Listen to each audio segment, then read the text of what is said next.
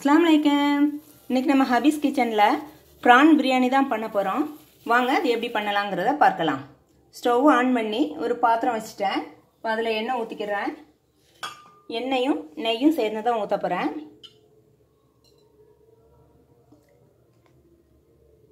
எண்ணெய் ஊத்திட்டேன்.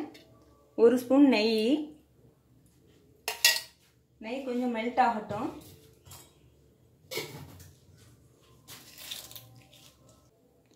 நெய் மெல்ட் ஆயிருச்சு.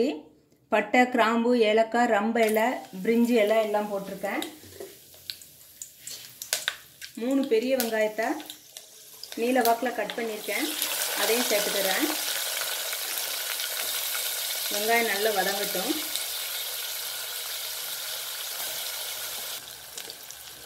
வெங்காயம் வதங்கிருச்சு.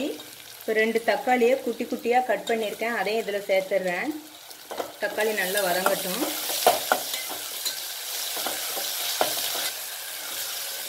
தக்காளி வெங்காயம் நல்லா வதங்கிருச்சு. இப்போ ஒரு கைப்பிடி மல்லி இலையும் ஒரு கைப்பிடி புதினா இலையும் சேர்த்துக்கிறேன். சேர்த்து மிக்ஸ் பண்ணிவிட்டு இஞ்சி பூண்டு விழுது சேர்த்துக்கிறேன். பெரிய ஸ்பூனுக்கு 1 ஸ்பூன் இஞ்சி பூண்டு விழுது சேர்த்துருக்கேன். சேர்த்து நல்லா மிக்ஸ் பண்ணிடுவோம். எல்லாம் சேர்ந்து நல்லா வதங்கிருச்சு. பச்சை வாடையும் போயிருச்சு. இப்போ மஞ்சள் பொடி, வத்தல் பவுடர், கரம் மசாலா எல்லாம் சேர்த்துக்கிறேன். 1/2 ஸ்பூன் மஞ்சள் பவுடர் போட்டிருக்கேன்.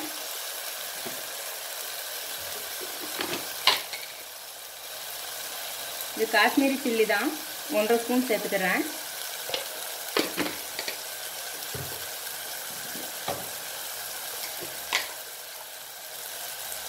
ஒரு ஸ்பூன் கரம் மசாலா சேர்த்துருக்கேன். இதை மிக்ஸ் பண்ணிடலாம்.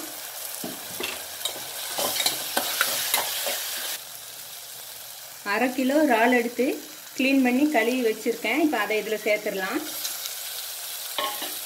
சேர்த்து ஒரு பெரட்டிடுறேன். இந்த கப்புக்கு 3 கப் பாஸ்மதி ரைஸ் எடுத்திருக்கேன். அதை எடுத்து நல்லா ஊற வச்சுட்டு கழுவி நல்லா ஊற வச்சுருக்கேன். இப்போ அதுக்கு தண்ணி சேர்த்துக்கலாம். 1 கப்புக்கு 1.5 கப் தண்ணி சேர்க்கணும்.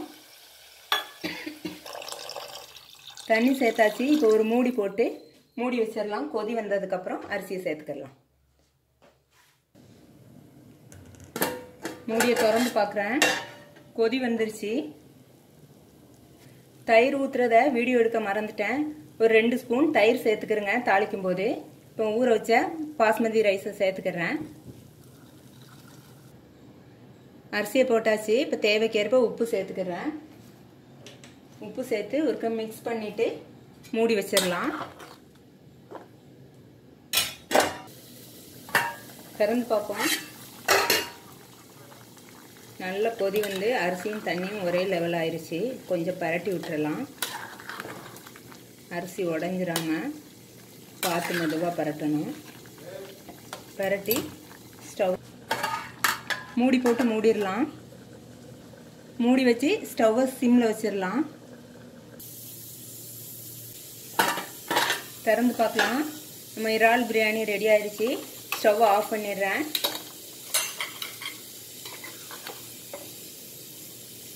பாருங்க நல்லா வந்திருக்கு. ஒரு தட்டில் எடுத்துக்கிறேன் சாப்பிட்றதுக்கு. சம்பல் வச்சுக்கிறேன். அவிச்ச முட்டை, அவிச்சு பொரிச்ச முட்டை, சிக்கன் 65.